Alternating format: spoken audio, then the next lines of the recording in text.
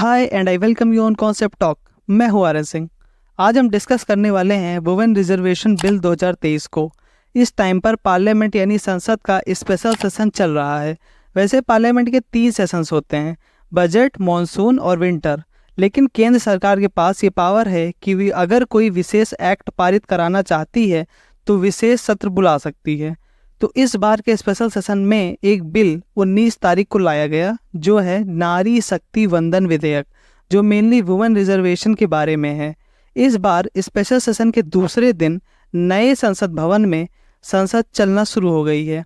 तो नई बिल्डिंग में ये पहला बिल है। इस बिल के बारे में बात करें तो ये लगभग पिछले 27 सालों से लाने का प्रयास किया जा रहा था, लेकिन आ नहीं पाया। इस बार 27 सालों से लटके रहे बिल को नए प्रारूप में पेश किया गया है।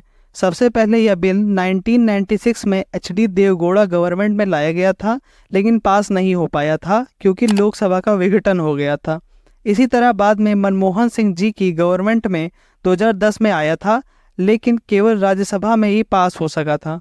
तो आज की वीडियो में हम इस टॉपिक से रिलेटेड हर उस टर्म्स को समझेंगे जो आपके कॉम्पिटिटिव एग्जाम में हेल्प करेगा। अगर आप एक सामान्य जिम्मेदार नागरिक हैं तो ये वीडियो आपकी नॉलेज को अच्छा करेगा। अगर आप इस चैनल पर नए हैं या अभी तक आपने चैनल को सब्सक्राइब नहीं किया है तो प्लीज़ कर लीजिए और बेल आइकन भी प्रेस कर दीजिए।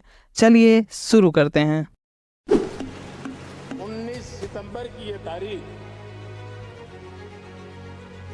इसीलिए इतिहास में अमरत्व को प्राप्त करने जा रही है।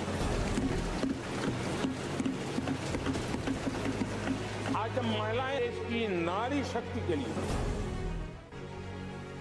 सभी सांसद मिलकर के नए प्रवेश द्वार खोल दें, इसका आरंभ हम इस महत्वपूर्ण निर्णय से करने जा रहे हैं। हम खबर यानी न्यूज़ की बात करते हैं, क्योंकि इस बिल के द्वारा संविधान में संशोधन किया जाएगा और वुमेन रिजर्वेशन को ऐड किया जाएगा। तो ये बिल एक कॉन्स्टिट्यूशन अमेंडमेंट बिल है। इसे संविधान का 128वां संशोधन बिल कहेंगे।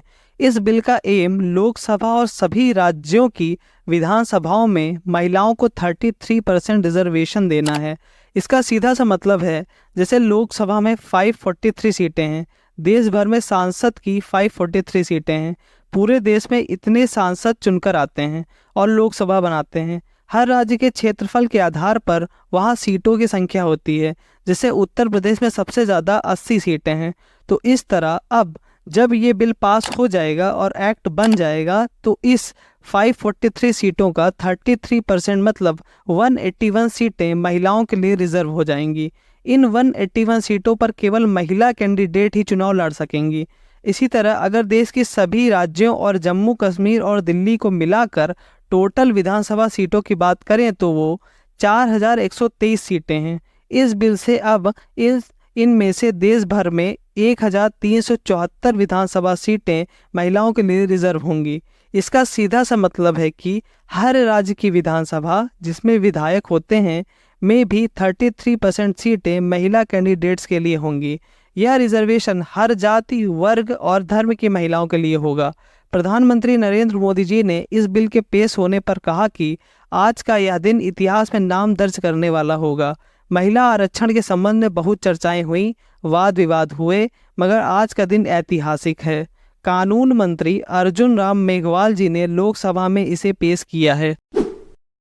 इस बिल में सेंट्रल लेजिस्लेचर और स्टेट लेजिस्लेचर्स में 33% रिजर्वेशन का प्रावधान महिलाओं के लिए है। अभी इस बिल के अनुसार इस रिजर्वेशन को 15 सालों के लिए किया गया है। उसके बाद रिव्यू करने के बाद फिर इस बिल को एक्सटेंड करने के लिए संसद यानी पार्लियामेंट की मदद लेनी पड़ेगी। मतलब आगे संसद ही इसे बढ़ाएगी अगर ये रिव्यू के बाद सही रहा। वुमेन रिजर्वेशन में अभी आगे ये देखना जरूरी होगा कि जिस उद्देश्य से ये बनाया गया है वे पूरे होने चाहिए। मतलब वुमेन एम्पावरमेंट का एम पूरा होना चाहिए। 1993 में कॉन्स्टिट्यूशन के 73 और 74 अमेंडमेंट के बाद पंचायतों और म्यूनिसिपैलिटीज़ यानी नगर पालिकाओं को इंट्रोड्यूस किया गया था। ये लोकल बॉडीज़ के रूप में वर्क करती हैं। वुमेन रिजर्वेशन का सबसे पहला उदाहरण इसी में मिला था। इन लोकल बॉडीज़ में 1/3 सीटें महिलाओं के लिए तभी से रिजर्व कर दी गई थी। नारी शक्ति वंदन बिल इस बार के लोकल इलेक्शंस 2024 में एप्लीकेबल नहीं होगा, क्योंकि परिसीमन यानी डिलिमिटेशन और जनगणना यानी सेंसस के बाद ही ये सही अनुमान लगाया जा सकता है कि किस प्रकार 33% रिजर्वेशन अलॉट किया जाए, और ये दोनों चीज़ें 2024 के इलेक्शन के बाद ही शुरू होंगी। परिसीमन यानी डिलिमिटेशन का मतलब है जो निर्वाचन क्षेत्र हैं जहां से कोई कैंडिडेट जीत कर जाता है उस एरिया का फिर से मेजरमेंट। जैसे आपकी लोकसभा सीट जो है उसका कुछ एरिया होगा जिस एरिया के अंदर आने वाले लोग उस सीट के लिए वोट करते हैं और कोई एक कैंडिडेट जीतता है। मान लीजिए आने वाले टाइम में या इस टाइम पर ही वहाँ की पॉपुलेशन यानी जनसंख्या बढ़ गई और बहुत ज़्यादा बढ़ गई, तो सीटों को बढ़ाना पड़ जाएगा और उस एक सीट का एरिया जो भी है उसमें 2 या 3 सीटों को इंट्रोड्यूस कर दिया जाएगा। इसे ही परिसीमन या डिलिमिटेशन कहते हैं। इस रिजर्वेशन में सीटों का अलॉटमेंट रोटेशन के बेस पर होगा, मतलब अगर इस लोकसभा चुनाव में आपकी सीट वुमेन रिजर्व रही तो अगले में आपकी नहीं होगी, कोई दूसरी सीट रहेगी। अगर हम लोग करंट की सिचुएशन को समझें तो इस टाइम की लोकसभा में 543 सीटों पर केवल 78 वुमेन मेंबर हैं, जो लगभग 15% ही हैं, लेकिन ये 15% अब तक का हाईएस्ट है। आज तक जितनी भी लोकसभा बनी हैं उसमें 15% से ज़्यादा वुमेन मेंबर्स नहीं हुई। इसी से आप समझ सकते हैं कि इस बिल की कितनी ज़रूरत थी। अगर स्टेट्स की विधानसभाओं की बात करें तो छत्तीसगढ़ में सबसे ज़्यादा 14.44%, बंगाल में 13.70%, झारखंड में 12.35%।